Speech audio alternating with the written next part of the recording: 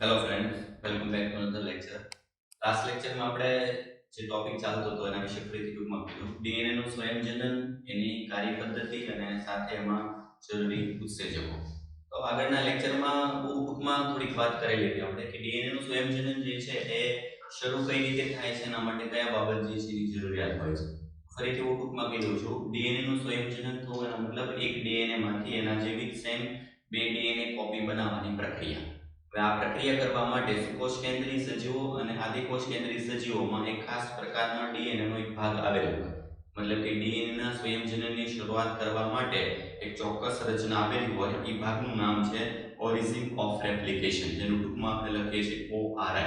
બસ આપણે આગળના લેક્ચર જે છે એમાં એની ચર્ચા કરેલી હતી. હવે આ ચોક્કસ વાળા ભાગ જે છે ઓરિજિન ઓફ રેપ્લિકેશન વાળા ભાગેથી ડીએનએ સ્વયંજનનની શરૂઆત થશે અને ત્યાંથી આગળની પ્રક્રિયા કઈ રીતે જે છે એ લંબાય છે અને સેમ એકમાંથી સેમ ટુ સેમ કોપી બે ડીએનએ નું નિર્માણ કેવી રીતે થાય છે સ્ટેપ બાય સ્ટેપ આપણે આજના લેક્ચર જે છે એમાં ભણશું. એ પહેલા ટેક્સ્ટબુકમાં તમારે એક શબ્દ આપેલો છે કે જે આદિકોષ કેન્દ્રીય સજીવો હોય, મતલબ કે બેક્ટેરિયા લઈએ તો બેક્ટેરિયા જેવા ભાગ જે છે એમાં જે ખાસ પ્રકારનું ડીએનએ સર્ક્યુલર ડીએનએ આવેલું હોય પ્લાઝમિડ નામના ડીએનએ જે છે એની અંદર આપણે કોઈ નવો બહારથી ડીએનએ ટુકડો ઉમેરીએ તો એ બે અલગ અલગ ડીએનએ ટુકડા જોડી અને આપણે રીકોમ્બિનન્ટ ડીએનએ નિર્માણ કરી શકીએ. મતલબ કે પુનઃસંયોજિત ડીએનએ.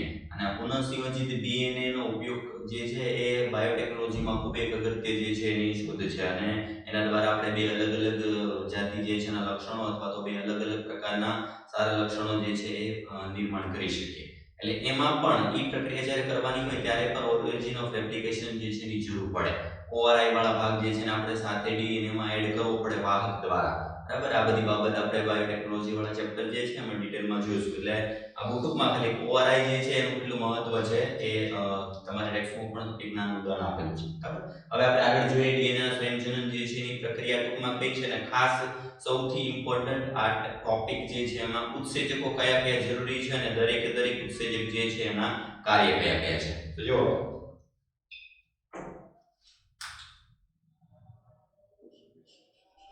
સૌથી પહેલી બાબત જે આપણે આગળ ભણી ગયા છે ટૂંકમાં ખાલી દર્શાવું છું, ડીએનએ નું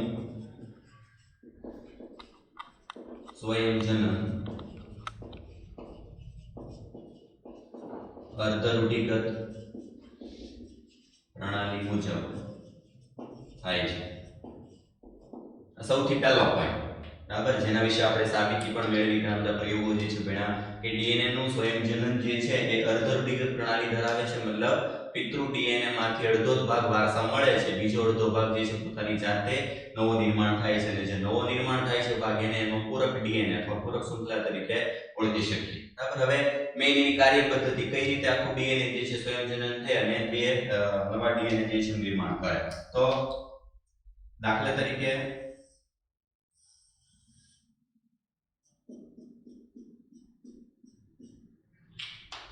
ડીએનએ ની શૃંખલા લઈએ. ડીએનએ ની શૃંખલા વાળા ભાગ જે છે એમાં આપણે આગળ આવી ગયું છે કે જેમાં એક ભાગ 5 પ્રાઇમ ટુ 3 પ્રાઇમ હોય, સામેની બાજુ 5 પ્રાઇમ ટુ 3 પ્રાઇમ.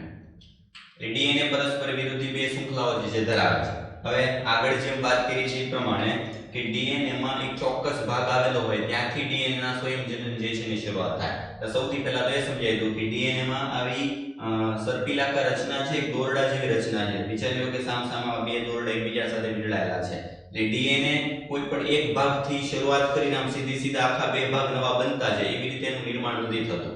આખું ડીએનએ જે છે બે ભાગ છૂટા પડી જાય એમાંથી બે નવા ડીએનએ બની જાય એવી રીતના એ જે છે આખી સંયોજનની પ્રક્રિયા થતી નથી. બરાબર, એમાં પ્રક્રિયા કેવી રીતે થાય કે દાખલા તરીકે સમજી લો કે આ ડીએનએ વાળા ભાગમાં આ જે ભાગ જે છે ત્યાં ઓરિજિન ઓફ રેપ્લિકેશન આવેલું છે અને આ જે ભાગ છે ત્યાંથી ડીએનએ ના સ્વયંજનનની શરૂઆત થવાની છે. તો શું થશે, જે ભાગમાં ડીએનએ નું સ્વયંજનન કરવાનું છે, બરાબર, એટલે સૌથી પહેલી બાબત જે છે એ શું થશે કે ડીએનએ વાળો ભાગ જે છે આ રીતે પૂંછડામાં એ રીતે વળેલો છે. એમાં જે કુંતલ વાળા ભાગ જે છે વળેલા છે એટલે સૌથી પહેલી બાબત જે છે એ જરૂર પડશે કે આ ડીએનએ વાળા ભાગને વાળી અને એને સીધા કરવા. જે કુંતલ વળેલા છે, કુંતલ વળેલા હોય એને આપણે સીધા વાળી અને એને પાછા સીધે સામસામે બે શૃંખલા આવે એવી રીતે એના ભાગને નિર્માણ કરવાનું. બે સામસામેના ભાગને નિર્માણ કરશું એટલે આ રીતનો એક ભાગ જે છે નિર્માણ થશે. જો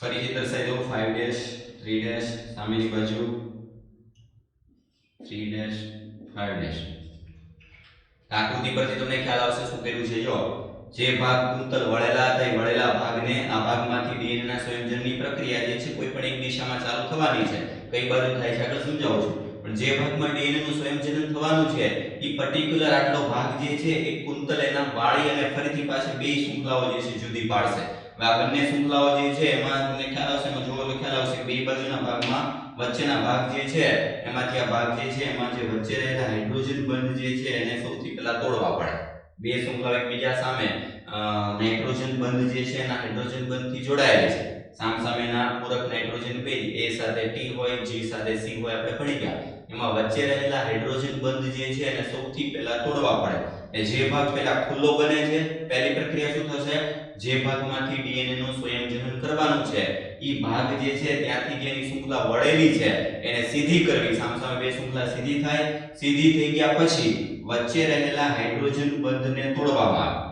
હાઇડ્રોજન બંધ તૂટી જાય એટલે સ્વાભાવિક છે કે હાઇડ્રોજન બંધ તૂટી જવાને લીધે સામસામે બે શૃંખલાઓ જે છે એ અલગ અલગ છૂટી પડી જશે હવે આ બે શૃંખલાઓ જે આવતી હશે એમાં સ્વાભાવિક છે કે એક શૃંખલા કઈ દિશામાં છે તો એક શૃંખલાની દિશા છે 5 થી 3 તો સ્વાભાવિક છે કે સામેની બાજુની શૃંખલા જે આવતી હશે એ શૃંખલા થશે 3 to 5 આ જે ભાગ નિર્માણ થયો છે એ નિર્માણ થયેલા ભાગમાં તમે જોશો તો બંને બાજુના ભાગે એક ચોક્કસ Y આકારની રચના જે છે નિર્માણ થાય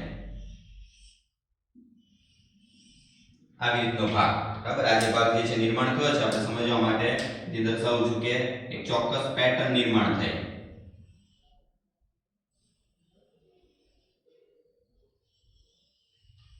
જ્યારે સામસામેની શૃંખલાઓ છૂટી પડે ત્યારે એક ચોક્કસ આવી પેટર્ન જે છે જુદી પડે એક ચીપિયા જેવો ભાગ બંને બાજુના છેડા ખુલ્લા પાછળના ભાગ જે છે જોડાયેલા છે આવા જે ચીપિયા જેવા ભાગનું નિર્માણ થવું બરાબર આ ચીપિયા જેવા ભાગને નામ આપ્યું સ્વયંજનન ચીપિયો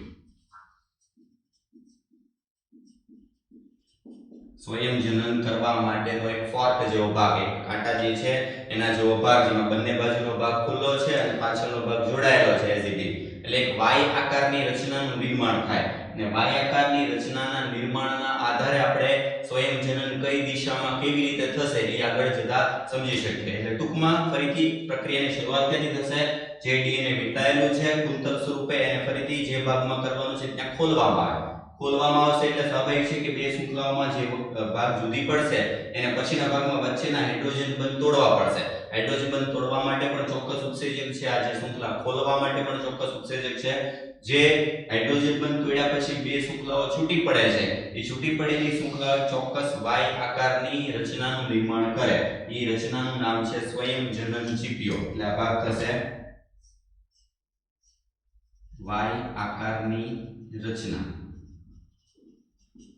એટલે આખી જે ડીએનએ સ્વયંજનનની પ્રોસેસ જે છે આપણે સ્વયંજનન ચીપિયાના આધારે સમજી શકીએ એટલે આગળ જઈએ આમાંથી કે સ્વયંજનન ચીપિયામાં કઈ રીતે એકમાંથી સામસામે બે શૃંખલાઓ જે છે નવી નિર્માણ થાય છે એટલે એના પછી જોઈએ સ્વયંજનન ચીપિયો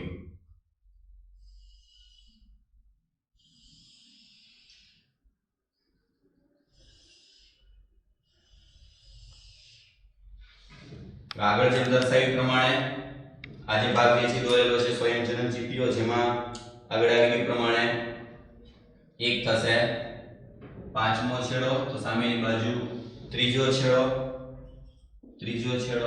પાંચમો છેડો આ બાજુના ભાગમાં સામસામે બે શૃંખલાઓ હાઇડ્રોજન બંધથી જોડાયેલી છે પણ વચ્ચેના ભાગમાં હાઇડ્રોજન બંધ તૂટી ગયા છે જેના લીધે બે અલગ અલગ સામસામેની પૂરક શૃંખલાઓ જે બીજાની વિરુદ્ધ શૃંખલાઓ એ છૂટી પડે છે આ છૂટી પડેલી શૃંખલા જે છે એના આધારે આપણે એનું નામ આપ્યું છે સ્વયંજનન ચીપિયો હવે આ સ્વયંજનન ચીપિયા વાળા ભાગમાં સામેનું નવું ડીએનએ બનવાની શરૂઆત થાય છે કોણ શરૂઆત કરે છે અને કઈ રીતે કઈ દિશામાં શરૂઆત થાય છે ખાસ યાદ રાખજો જો સૌથી પહેલી બાબત તો કે આ જે શૃંખલા છૂટી પડેલી છે છૂટી પડેલી શૃંખલાઓમાં શું હશે છૂટી પડેલી શૃંખલાઓ જે છે એમાં ચોક્કસ પ્રકારના ન્યુક્લિયોટાઇડ આવેલા હશે આ ડીએનએ છે એટલે એને કહેવાય ડીઓક્સીરિબોન્યુક્લિયોટાઇડ દાખલા તરીકે ઉદાહરણ માટે સમજવા માટે ખાલી દર્શાવજો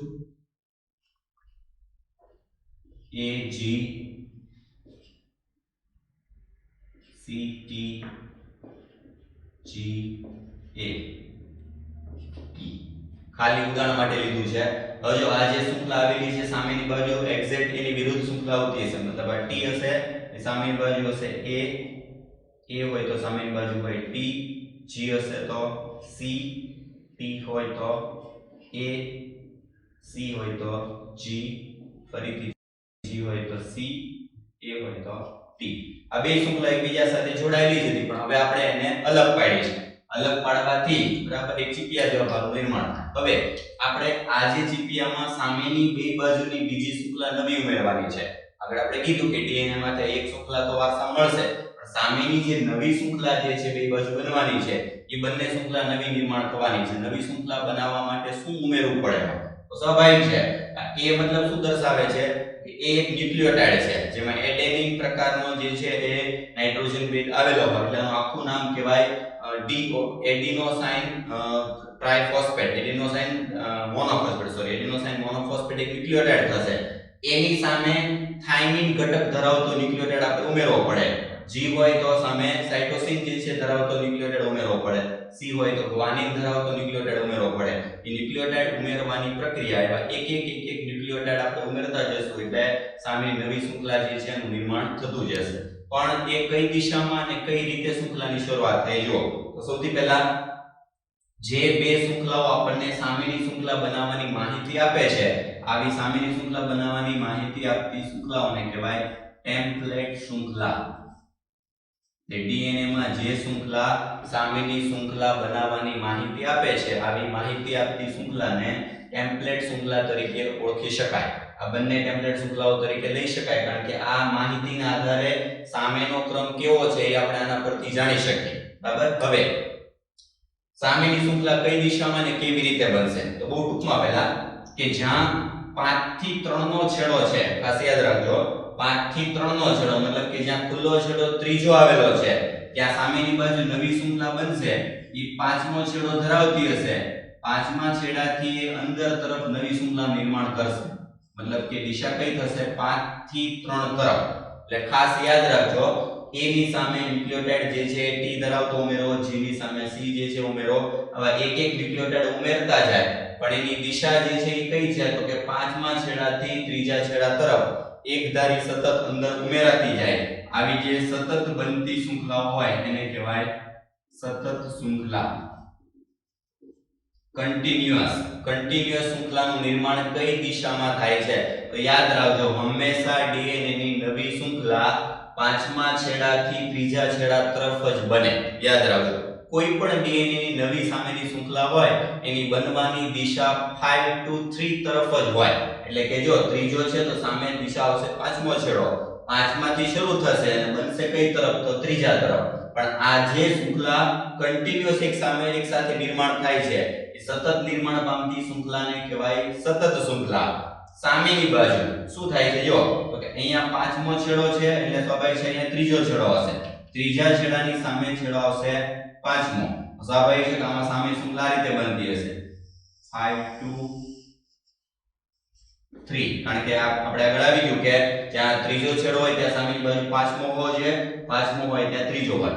પણ હવે અહીંયા જો ખાસ ધ્યાન રાખવાનું છે જે શૃંખલા સતત નિર્માણ થઈ છે 5 to 3 છેડામાં અંદર તરફ સતત શૃંખલા, સામેની બાજુ સતત શૃંખલા કન્ટિન્યુઅસ બનતી નથી, એની જગ્યાએ શું થશે કે આવા નાના ટુકડા જે છે એનું નિર્માણ થાય છે।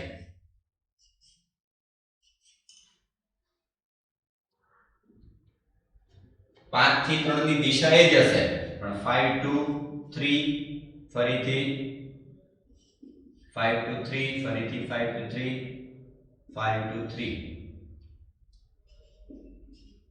આવા નાના ટુકડાનું નિર્માણ થાય અને આ ટુકડા સ્વરૂપે જ્યારે નવી શૃંખલાનું નિર્માણ થાય તો આવી શૃંખલાને કહેવાય અસતત શૃંખલા। એટલે સૌથી પહેલી બાબત કઈ દિશામાં શૃંખલા જે છે એ કન્ટિન્યુઅસ નિર્માણ થાય છે 5મા છેડાથી ત્રીજા છેડા તરફ જે અંદર જતી શૃંખલા છે એ કન્ટિન્યુઅસ નિર્માણ થાય છે, જ્યારે સામેની બાજુ દિશા એ જ છે 5 થી 3 તરફ પણ આ શૃંખલા અમુક ટુકડા સ્વરૂપે નિર્માણ થાય છે. ડીએનએ ટુકડા સ્વરૂપે નિર્માણ થવાની પ્રક્રિયા જે છે બરાબર એ કઈ શૃંખલામાં થાય? એ શૃંખલાનું નામ આપ્યું અસતત શૃંખલા. એટલે ડીએનએ માં નવો ડીએનએ એક અંદર તરફ બનતો હોય, બીજો જે છે બહાર તરફ બનતો હોય. પેલી દિશા જુદી છે અને બંને જે છે એમાં એનો પદ્ધતિ જુદી છે. સતત રીતે નિર્માણ થાય છે, બીજું જે છે એ અસતત રીતે નિર્માણ થાય છે. જો હવે આગળ જેમ આપણે વાત કરી પ્રમાણે કે ડીએનએ જે છે એમાં બે શૃંખલાઓ હોય, એમાંથી બે શૃંખલામાંથી એક શૃંખલા જે છે સતત નિર્માણ પામે. સતત નિર્માણ પામતી શૃંખલા અને અસતત નિર્માણ પામતી શૃંખલા બંનેના ઇંગ્લિશ નામ સાથે યાદ રાખવાના છે. એકને કહેવાય લીડિંગ સ્ટ્રેન્ડ. લીડિંગ મતલબ કે જે કન્ટિન્યુઅસ જે છે એ પોતાની શૃંખલા બનાવવાનું ચાલુ રાખે છે, અને આ કન્ટિન્યુઅસ શૃંખલા બનાવવાનું ચાલુ કઈ દિશામાં રહે તો 5 to 3 જે છે અંદર તરફ જતી શૃંખલા જે છે સતત ને સતત ખુલતી જશે. ત્યારે એની સામેની શૃંખલા 5 to 3 દિશામાં જે છે જે થાય છે એ અસતત છે, મતલબ નાના નાના ટુકડા જે છે એનું નિર્માણ કરે છે. આ ટુકડા જે નિર્માણ થાય છે એ ટુકડાઓનું નામ છે ઓકાઝાકી ટુકડા.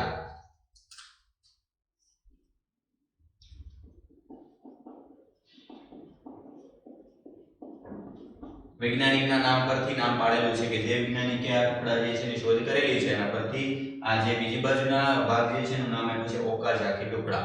એટલે જે ઓકાઝાકી ટુકડાનું નિર્માણ થાય છે એ અસતત, બરાબર. લીડિંગ સ્ટ્રેન્ડ જે છે એક જે છે લેગિંગ સ્ટ્રેન્ડ છે, બંને બાજુની શૃંખલા. હવે આ બધી પ્રક્રિયા કરવા માટે જેમ મેં ટૂંકમાં પહેલેથી કીધું, પહેલા ડીએનએ ને ખોલવો પડશે, પછી વચ્ચેના હાઇડ્રોજન બંધ તોડવા પડશે, પછી સામસામેની બે શૃંખલા બનશે, એક સતત બનશે એક અસતત બનશે. આ બધું જે છે એના માટે કયા કયા ઉત્સેચકો જરૂરી છે, સૌથી ઇમ્પોર્ટન્ટ ટોપિક, બરાબર. એટલે ઓલરેડી બધા ઉત્સેચકો અને કાર્ય લખી દીધેલા છે કે ડીએનએ ના સ્વયંજનનમાં આદિકોષ કેન્દ્રીય સજીવોના લઈએ અને સુકોષ કેન્દ્રીય સજીવોમાં લઈએ તો કયા કયા ઉત્સેચકોનો કયો કયો ફાળો છે, બરાબર. ટેક્સ્ટબુકમાં તમારે આપેલું નથી, પણ આ બધાના કાર્ય જે છે પૂછાય છે. એટલે ખાસ એક એક કાર્ય જે છે બધા આપણે જોતા જઈએ અને આમાં સમજતા જઈએ કે બધાનો ફાળો શું છે અને કઈ રીતે આ રીતે આખા નવા એકમાંથી બે ડીએનએનું નિર્માણ થાય, બરાબર. તો સૌથી પહેલું જો જરૂરી ઉત્સેચકો જે છે સૌથી પહેલું આદિકોષ કેન્દ્રી, બરાબર. એટલે કે બેક્ટેરિયા જેવા જે સજીવો જે છે એમાં સૌથી પહેલો ઇમ્પોર્ટન્ટ જે છે કોઈ ઉત્સેચક હોય તો એ છે ડીએનએ પોલિમરેઝ. ડીએનએ પોલિમરેઝ એટલે નામ પરથી ખ્યાલ આવી જાય તમને કે જે ડીએનએ ની લાંબી શૃંખલાનું નિર્માણ કરે છે. એટલે મતલબ શું છે જો કે જે શૃંખલા છે એજીટીસી બધાની સામે સામે એક એક ટુકડા ઉમેરતા જશે અને આવી રીતના લાંબી શૃંખલાનું નિર્માણ કરે. આવી શૃંખલાઓનું નિર્માણ કરવા માટેનો ઉત્સેચક, બરાબર, એ ઉત્સેચક થશે ડીએનએ પોલિમરેઝ. હવે જે આદિકોષ કેન્દ્રીય સજીવો છે એમાં ડીએનએ પોલિમરેઝના 3 પેટા યુનિટ છે, સબ યુનિટ જે છે એના આવેલા છે. ડીએનએ પોલિમરેઝ 1, 2 અને 3. 3 પ્રકારના ડીએનએ પોલિમરેઝ છે. જો એના પ્રકાર ન પૂછાય તો તમને યાદ રાખજો કે એમાં સૌથી અગત્યનો ઉત્સેચક કયો? તો જે મેઇન પ્રક્રિયા કરનાર છે એ ઉત્સેચકનું નામ છે ડીએનએ પોલિમરેઝ 3, બરાબર. તો બાકીના બંનેનું કામ શું એક જોઈએ.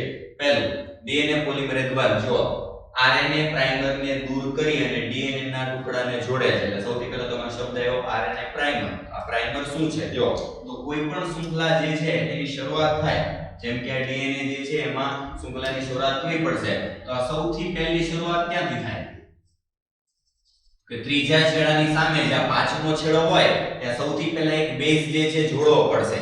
આ બેઝ ડીએનએ આધારિત છે પણ આ બેઝમાં આરએનએ ના ન્યુક્લિયોટાઇડ આવેલા હોય અને આરએનએ ના ન્યુક્લિયોટાઇડ હોવાથી આ નામ દાજ્ય ભાગ જણાય આરએનએ પ્રાઇમર. આરએનએ પ્રાઇમર નું કામ શું છે તો કે એક સપાટી પૂરી પાડવાનું કે જેના બેઝ ઉપર ડીએનએ ની નવી શૃંખલા જોડાશે. યાદ રાખજો કોઈ પણ નવા ડીએનએ ની શૃંખલાની શરૂઆત થાય એમાં સૌથી પહેલો જોડાતો ઘટક આરએનએ પ્રાઇમર હોય. આરએનએ પ્રાઇમર નું નામ આરએનએ શું કામ આપ્યું છે કારણ કે આમાં સામે જે ન્યુક્લિયોટાઇડ નાના 8 થી 10 જે છે જેટલા ન્યુક્લિયોટાઇડ ની શૃંખલા આવેલી હોય પણ ઈ ન્યુક્લિયોટાઇડ આરએનએ ના બંધારણમાં હોય એવી શૃંખલા ધરાવતો. એનો મતલબ શું થશે કે એમાં ડીઓક્સી રિબોઝ શર્કરા નહીં હોય, એના બંધારણમાં રિબોઝ શર્કરા ધરાવતા ન્યુક્લિયોટાઇડ હશે. આવી એક નાની શૃંખલા પહેલા સૌથી પહેલા જોડાય એનું નામ છે આરએનએ પ્રાઇમર. અને આ આરએનએ પ્રાઇમર જે છે એ બનાવવા માટે જરૂર પડશે પ્રાઇમેઝ નામનો ઉત્સેચક, બરાબર. હવે આમાં શું આવ્યું જો તમે આરએનએ પ્રાઇમરને દૂર કરી અને ડીએનએ ના ટુકડાને જોડે છે. તો જે સતત શૃંખલા છે એમાં આરએનએ પ્રાઇમર એક જ હોય પણ સામેની બાજુ તમે જોશો તો ખ્યાલ આવશે જો આમાં તો ટુકડા બને છે. એક આરએનએ પ્રાઇમર અહીંયા જોડાશે, બીજો આરએનએ પ્રાઇમર અહીંયા જોડાશે, ત્રીજો આરએનએ પ્રાઇમર. જેટલા જેટલા નવા નવા ટુકડા બને એ બધા ટુકડાની શરૂઆતમાં આરએનએ પ્રાઇમર હોય પણ આપણે આરએનએ પ્રાઇમરનું કોઈ કામ નથી, પછી આપણે માત્ર ડીએનએ જ જોઈએ છે. તો છેલ્લે પછી જ્યારે આ ટુકડાઓને જોડવાના હોય બરાબર, ત્યારે ડીએનએ ની સામે આરએનએ નો ઘટક ન હોઈ શકે, તો ઈ આરએનએ પ્રાઇમરને ત્યાંથી કાઢી નાખવું પડે અને એની જગ્યાએ ડીએનએ ના ટુકડા ઉમેરી દેવાના. એટલે ઉદાહરણ તરીકે જો દાખલા તરીકે એ ની સામે જોડાતો ઘટક જે છે એ ટી હોય, પણ આરએનએ પ્રાઇમર ત્યાં હશે તો આરએનએ પ્રાઇમરમાં ટી ન હોય, ત્યાં યુ હોય, તો એનો મતલબ ત્યાં યુરેસિલ ધરાવતો ઘટક આવેલો હશે. પણ જ્યારે નવું ડીએનએ બની જાય બરાબર, ત્યારે છેલ્લે પ્રૂફ રીડિંગ વખતે યુરેસિલને કાઢીને એની જગ્યાએ થાઇમિન ઉમેરવાની પ્રક્રિયા કોણ કરે? DNA polymerase 1. એટલે જેટલા આરએનએ પ્રાઇમર છે એને કાઢવા ને એની જગ્યાએ પાછા ડીએનએ ઉમેરવા, જેથી કરીને આખી ડીએનએ ની સળંગ શૃંખલા બને. બીજું ડીએનએ પોલિમરેઝ 2. એટલે જો મેં ટૂંકમાં ફરીથી એનું જ કાર્ય આપ્યું છે, ડીએનએ રિપેર. ડીએનએ રિપેરના બે મતલબ થશે.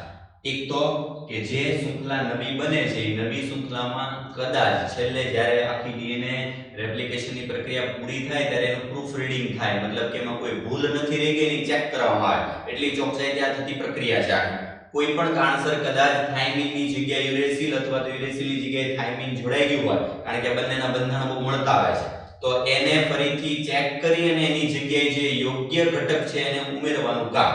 બિનજરૂરી ઘટક જોડાયેલો છે, જે ભૂલ થયેલી છે એને કાઢી નાખવી અને એની જગ્યાએ યોગ્ય ઘટક ઉમેરવાની પ્રક્રિયા, એને કહેવાય ડીએનએ રિપેરિંગ. આ ડીએનએ રિપેરિંગ નું કાર્ય કરશે ડીએનએ પોલિમરેઝ 2. અને ત્રીજો ઘટક જે આગળ કીધું પ્રમાણે ડીએનએ પોલિમરેઝ 3, નવી શૃંખલાનું નિર્માણ કરતો મુખ્ય ઉત્સેચક. એટલે તમારે ટૂંકમાં એમને પૂછાય ખાલી કે આદિકોષ કેન્દ્રીય સજીવોમાં ડીએનએ ની નવી શૃંખલા કોણ બનાવે, તો આખી જે શૃંખલાઓ નિર્માણ કરવાની પ્રક્રિયા એ મેઇન કયો ઉત્સેચક કરે છે? DNA polymerase. પણ એનો કયો ભાગ? તો ડીએનએ પોલિમરેઝ 3. 3 ઉત્સેચક જે છે મેઇન મુખ્ય ઘટક છે જે નવી શૃંખલાનું નિર્માણ થાય. એટલે ફરીથી ટૂંકમાં આખી શૃંખલા બનાવનાર છે ડીએનએ પોલિમરેઝ 3. 2 નું કામ શું છે? તો કે જરૂરી કોઈ ઘટક ભૂલથી દાખલ થઈ ગયો હોય તો એને કાઢી નાખવો, એની જગ્યાએ નવો ઉમેરવો, એને કહેવાય ડીએનએ રિપેરિંગ. અને ડીએનએ પોલિમરેઝ 1 જે આ બધા પ્રાઇમર હોય, પ્રાઇમરને કાઢી એની જગ્યાએ ડીએનએ ના ટુકડાને ઉમેરશે. એના પછીનો ઉત્સેચક ડીએનએ હેલિકેઝ. જો ધ્યાન રાખજો, હાઇડ્રોજન બંધને તોડીને અનવાઇન્ડિંગ ઓફ ડીએનએ ડબલ હેલિક્સ. અનવાઇન્ડિંગ કરવું એટલે શું? તો સૌથી પહેલા મેં આગળ જણાવ્યું કે ડીએનએ હોય એમ કુંતલ વળેલું છે, કુંતલ વળેલું હોય તેમાં શૃંખલા છૂટી જ ન પડે, આપણે ચીપીઓ બનાવવાનો છે. ચીપીઓ બનાવતી વખતે એના વળને ફરીથી જે છે ખોલવા પડે. એ વળ ખોલવાની પ્રક્રિયા અને ખોલ્યા પછી આ વચ્ચેના હાઇડ્રોજન બંધ તોડવાની પ્રક્રિયા, જેથી કરીને ચીપિયા જેવો ભાગ નિર્માણ થાય. આ ઉત્સેચક કોણ છે? તો ડીએનએ હેલિકેઝ. યાદ રાખજો, ડીએનએ હેલિકેઝ નું કાર્ય હાઇડ્રોજન બંધને તોડીને સ્વયંજનન ચીપિયાનું નિર્માણ કરતો ઉત્સેચક. કઈ રીતે? તો કે અનવાઇન્ડિંગ કરીને, જે વાઇન્ડિંગ કરેલો છે ડીએનએ એને ખોલવાની પ્રક્રિયા. એના પછી ડીએનએ ગાયરેઝ અથવા ટોપોઆઇસોમરેઝ, બંને નામ છે. ડીએનએ ગાયરેઝ જે છે ખાસ કરીને આદિકોષ કેન્દ્રીયમાં વધારે શબ્દ વપરાય છે, સુકોષ કેન્દ્રીયમાં એની જગ્યાએ શબ્દ છે ટોપોઆઇસોમરેઝ. કાર્ય શું છે? જો ડીએનએ અનવાઇન્ડિંગ થી ઉદ્ભવતા તણાવને ઘટાડે છે. ડીએનએ જે છે વળેલો છે એને આપણે ખોલીએ છીએ, તો ખોલતી વખતે પાછો નેગેટિવલી જે છે વળી ના જાય. જેમ આપણે વળેલો છે ને ખોલતો જવાનો છે, પણ એટલો બધો નથી ખોલવાનો કે નેગેટિવલી પાછો વળી જાય. આપણે માત્ર એની શૃંખલા છૂટી પાડવાની છે અને ફરીથી બીજી બાજુ ઊંધી ડાયરેક્શનમાં વળ ના ચડી જાય. એનાથી જે ઉદ્ભવતું દબાણ હોય, જે તણાવ હોય, ટેન્શનને ઘટાડવાનું કાર્ય ઈ કરશે ડીએનએ ગાયરેઝ અથવા ટોપોઆઇસોમરેઝ. આ ટોપોઆઇસોમરેઝ જે છે એની મદદથી આ યાદ રાખજો, ડીએનએ નું અનવાઇન્ડિંગ જે કરતા હોય ત્યારે ઉદ્ભવતું તણાવ, જે ટેન્શન હોય એને ઘટાડવાની પ્રક્રિયા. એટલે કે આ જે બળ જે છે પાછા રિવર્સ પાછા ના ચડી જાય એને ઘટાડવાનું કામ કરશે ડીએનએ ગાયરેઝ અથવા ટોપોઆઇસોમરેઝ. પછીનો ભાગ ડીએનએ લિગેઝ. તો ડીએનએ લિગેઝ શું છે? જો ઓકાઝાકી ટુકડાઓને જોડવાનું કામ કરે. તો સૌથી પહેલી બાબત, ઓકાઝાકી ટુકડા કઈ તરફ હોય? તો ઓકાઝાકી ટુકડાઓ માત્ર અસતત શૃંખલામાં જ હોય. અસતત શૃંખલામાં એનો મતલબ 5 થી 3 દિશામાં જે નાના ટુકડા નિર્માણ થાય છે એ ટુકડાનું કામ નથી. આપણે તો એક સળંગ શૃંખલા જોશે.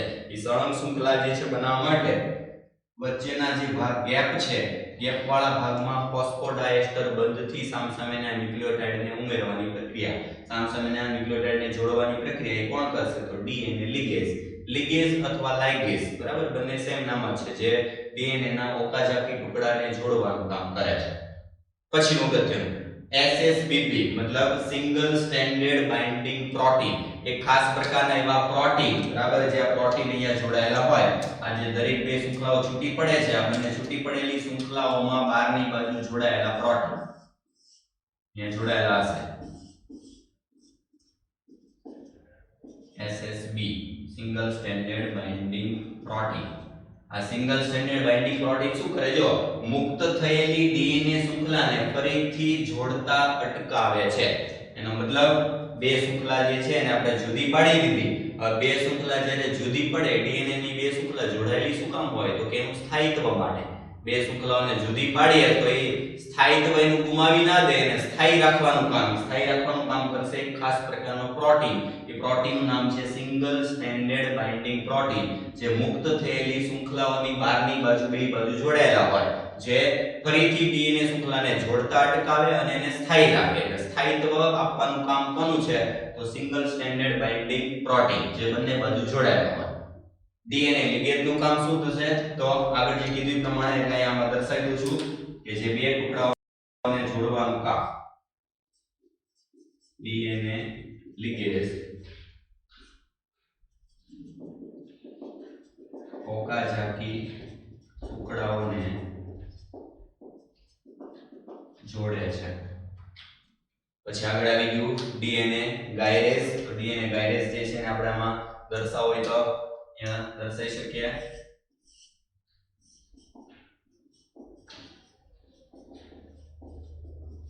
આ થશે ડીએનએ ગાયરેસ કે જેના દ્વારા જે અનવાઇન્ડિંગ થી જે સ્ટ્રેસ ઉત્પન્ન થાય છે એને ઘટાડવાનું કામ. એની પહેલા આવી ગયો ડીએનએ હેલિકેસ. ડીએનએ હેલિકેસ નો મતલબ કે આ વચ્ચેના હાઇડ્રોજન બંધ જે છે એને તોડવાનું કામ.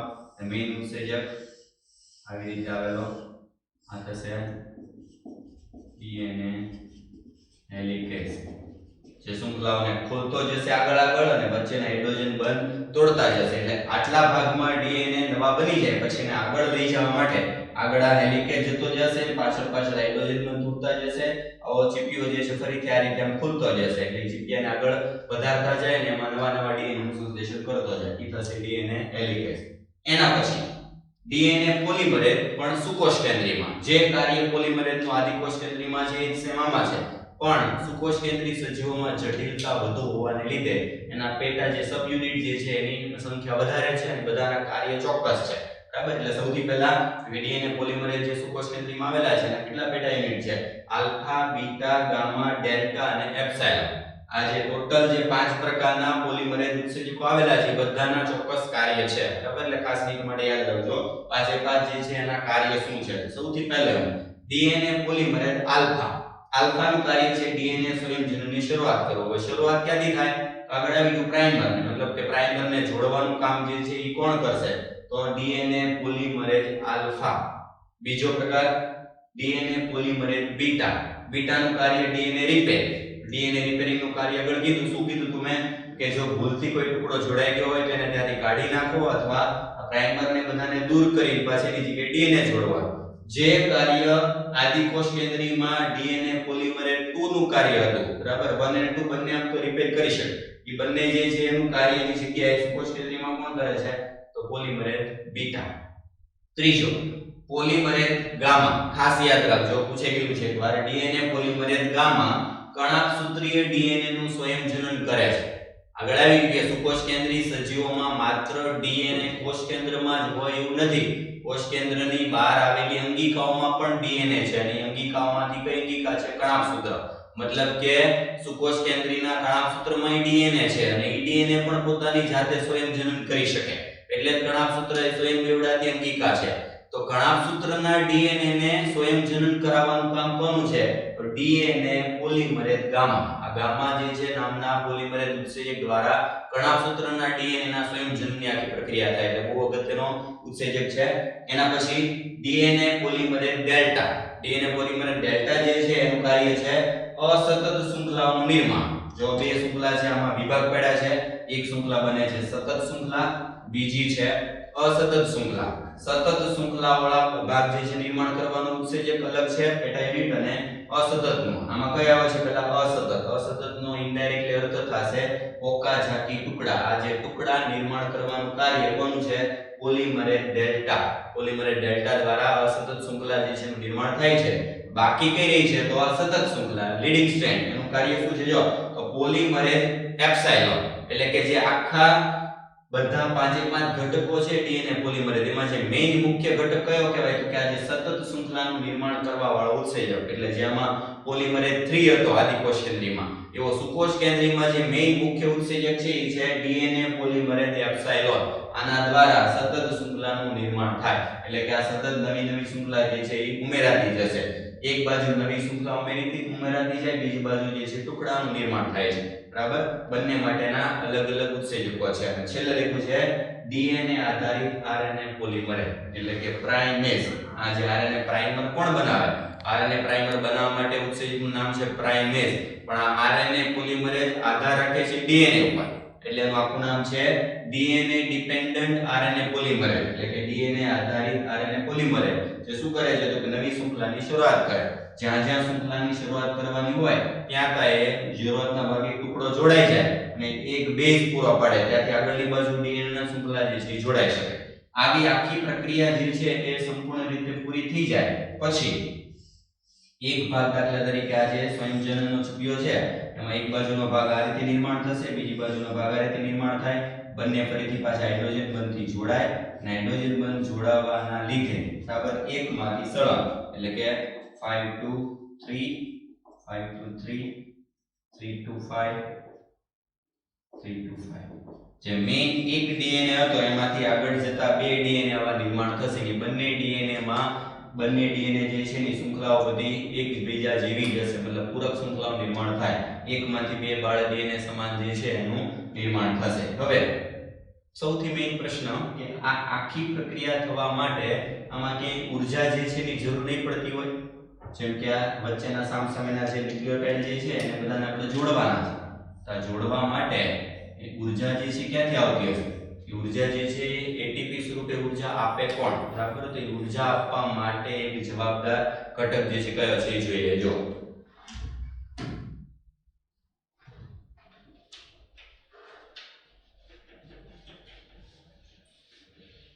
આગળ આપણે આવી ગયું કે કોઈ પણ ડીએનએ હોય પોલીન્યુક્લિયોટાઇડના બંધારણમાં એક ન્યુક્લિયોટાઇડ આવેલું હોય. ન્યુક્લિયોટાઇડ કયું હોય તો કે દરેકે દરેક પોલીન્યુક્લિયોટાઇડમાં જે ન્યુક્લિયોટાઇડ છે એના બંધારણમાં આવેલું હોય એક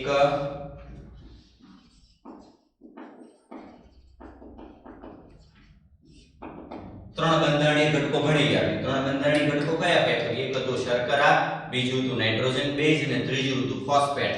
મતલબ કે એક ન્યુક્લિયોટાઇડના બંધારણમાં ફોસ્ફેટનો સમૂહ એક જ હોય. બરાબર, પણ જે આ નવા ન્યુક્લિયોટાઇડ જોડાઈને આવશે, આ બધા ન્યુક્લિયોટાઇડ ક્યાંથી આવશે તો કે આ ન્યુક્લિયોટાઇડ આવેલા હોય કોષરસમાં.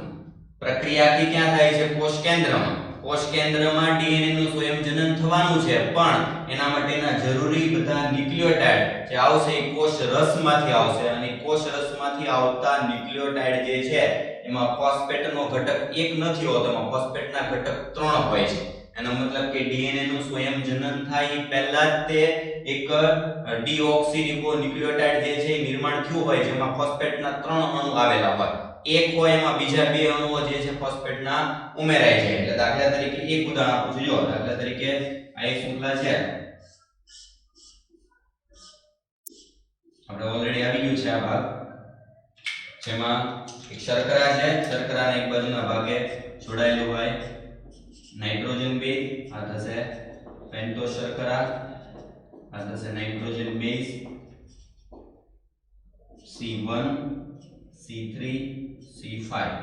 પાંચમો ઘટક જે છે ત્યાં જોડાયેલું હોય CH2O ફોસ્ફેટ. આ એક ન્યુક્લિયોટાઇડ છે જે સામાન્ય રીતે આ જે સામાન્ય શૃંખલા હોય એમાં આ રીતે આવેલો હોય. એના અલગ અલગ આપણે પ્રકાર આપ્યા કે જો અહીં એડેનિન જોડાય બરાબર તો એને એડેનિલિક એસિડ કહેવાય બરાબર, અથવા એનું નામ થાય એડિનોસાઇન મોનોફોસ્ફેટ. જો A વાળો ભાગ હોય તેને કહેવાય એડિનોસાઇન મોનોફોસ્ફેટ AMP. ડીએનએ ના બંધારણમાં આવેલો એડેનાઇન ધરાવતો ન્યુક્લિયોટાઇડ શું કહેવાય? એનું નામ થશે AMP, એડિનોસાઇન મોનોફોસ્ફેટ. એવી જ રીતે જો ગ્વાનિન હોય તેને કહેવાય GMP. guanosine monophosphate CMP, cytidine monophosphate TMP, થાઇમિડિન monophosphate આ બધા શું છે ડીએનએ ના બંધારણમાં આવેલા ન્યુક્લિયોટાઇડ ડીએનએ ના બંધારણીય ન્યુક્લિયોટાઇડ આ ડીએનએ ના બંધારણમાં હોય પણ જ્યારે નવી શૃંખલા નિર્માણ કરવાની છે બરાબર નવી શૃંખલા નિર્માણ કરવાની છે ત્યારે એમાં મોનોફોસ્ફેટ એટલે એક એક ફોસ્ફેટ નહીં હોય ઈ પહેલા એમાં બે ફોસ્ફેટ નાણું ઉમેરવામાં આવે બે ફોસ્ફેટ નાણું કઈ રીતે ઉમેરે જો આ ફોસ્ફેટ વાળો ભાગ જે છે એમાં ફરીથી ફોસ્ફેટ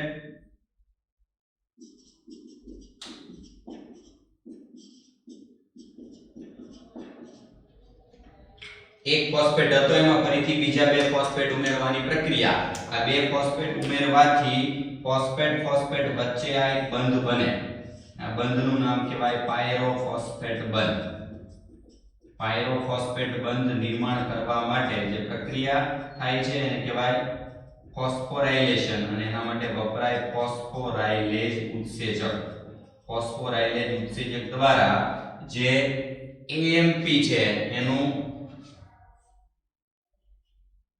એડિનોસાઇન ટ્રાઇફોસ્ફેટમાં નિર્માણ કરવાની પ્રક્રિયા એએમપી માં બે ફોસ્ફેટ ઉમેરી દો એટલે બની જાય એટીપી એડિનોસાઇન ટ્રાઇફોસ્ફેટ જીએમપી માંથી બની જાય ગ્વાનિન ટ્રાઇફોસ્ફેટ સીએમપી માંથી સાઇટોસિન અથવા સાઇટિડિન ટ્રાઇફોસ્ફેટ ટીએમપી માંથી થાઇમિડિન ટ્રાઇફોસ્ફેટ આ જે બંધારણીય ઘટકો છે જેના બધાના બંધારણમાં ફોસ્ફેટના ત્રણ અણુઓ છે ત્રણ ફોસ્ફેટના અણુઓમાં બે બંધ હોય પાયરોફોસ્ફેટ હોય અને આ પાયરોફોસ્ફેટ બંધ એ ઊર્જાનો સ્ત્રોત છે જેમાં એટીપી જે છે સોરી એટીપી આપણે ના દર્શાવી શકીએ એટીપી નો મુખ્ય સ્ત્રોત છે પણ અહીં લખી શકીએ ઊર્જા એક ન્યુક્લિયોટાઇડના બંધારણમાં ઊર્જા ધરાવતા બંધ કેટલા હોય તો એક ન્યુક્લિયોટાઇડના બંધારણમાં ઊર્જા ધરાવતો બંધ એકેય ના હોય પણ જ્યારે ત્રણ બંધારણ ધરાવતા હોય ફોસ્ફેટ ત્યારે એમાં પાયરોફોસ્ફેટ બંધ બે હોય આ બંને બંધ ઊર્જા ધરાવતા હોય એટલે આવો આ જે બંધારણ દર્શાવેલું છે આના બંધારણ છે બધા એટીપી જીટીપી સીટીપી અથવા ટીટીપી આ ચારમાંથી કોઈ પણ એક ઘટક અહીંયા ઉમેરાતો જશે એટલે શું થશે જો બે કાર્ય થશે એક તો જ્યારે અહીંયા જોડાય ત્યારે આમાંથી આ બે ફોસ્ફેટના ઘટક ત્યાંથી દૂર થઈ જાય ફોસ્ફેટના ઘટક દૂર થવાથી ઊર્જા ઉત્પન્ન થાય એ ઊર્જા ઉત્પન્ન થવાથી એ ઊર્જાનો ઉપયોગ આ હાઇડ્રોજન બંધ જે છે જોડવા માટે કરી શકાય એટલે તમારે ટેક્સ્ટબુક એક બહુ સિમ્પલ લાઈન આપેલી છે કે ડીઓક્સી ન્યુક્લિયોટાઇડ જે ટ્રાઇફોસ્ફેટ ઘટક હોય એ બે કાર્ય કરે છે એક તો એ પોતે એક ન્યુક્લિયોટાઇડ તરીકે વર્તે છે અને સાથે ઊર્જા આપવા માટેનો ઘટક તરીકે પણ વર્તે આમાં ઊર્જા આવશે ક્યાંથી તો ઊર્જા આપવા માટેનો ભાગ આ છે ન્યુક્લિયોટાઇડમાં પહેલા બે ફોસ્ફેટ કોષરસમાં જોડાય પછી જ્યારે કોષ કેન્દ્રમાં જાય ત્યારે પાછા બે ફોસ્ફેટ ત્યાંથી નીકળી જાય ત્યારે ઊર્જા ઉત્પન્ન થાય કોષરસમાં જ્યારે જોડાણા હોય ત્યારે એમાં ઊર્જા જે છે ઉમેરાય બરાબર આ રીતે ખાસ ડીએનએ ના સ્વયંજનન જે તમારે બહુ ટેક્સ્ટમાં ટૂંકમાં આપેલું છે પણ સૌથી અગત્યનો ભાગ છે એમાં બધા ઉત્સેચકો દરેક ઉત્સેચકો એનું કાર્ય શું છે અને આ ભાગ જે છે એમાં કઈ રીતે કયા કાર્ય સાથે ડીએનએ ના સ્વયંજનનની આખી પ્રક્રિયા જે પૂર્ણ થાય અને આ રીતે આ બધા ચોકસાઈપૂર્વક પ્રક્રિયા કરવાથી ડીએનએ ના બે બાળ અણુ નિર્માણ થાય ખાસ યાદ રાખજો કે આ બધા ભાગ જે છે એમાં ડીએનએ માં જો થોડી પણ ભૂલ રહે તો એ ભૂલના લીધે મ્યુટેશન થશે એનો મતલબ કે વિકૃતિ સર્જાશે અને વિકૃતિ અમુક ટકા પણ મનુષ્ય જે છે અથવા તો કોઈ પણ સજીવો માટે લાભદાયી છે કારણ કે એ આગળની પેઢીમાં વિવિધતા સર્જે છે અને વિવિધતાના લીધે ઉત્ક્રાંતિ અથવા તો ઉદ્વિકાસ થાય છે બરાબર એટલે ફરીથી એવું લાગે તો રિમાઇન્ડ કરીને આખો લેક્ચર ફરીથી જોઈ લેજો અને ખાસ કરીને દરેક ઉત્સેચકોનું કાર્ય કયું છે એ જોઈ લેજો અને પછી તમારી ટેક્સ્ટબુકમાં જે થિયરી આપેલી છે એ રીડ કરી લેજો બરાબર આના પછીનો આગળનો જે ટોપિક છે ડીએનએ નું પ્રત્યાંકન એ આપણે નેક્સ્ટ લેક્ચરમાં જોઈશું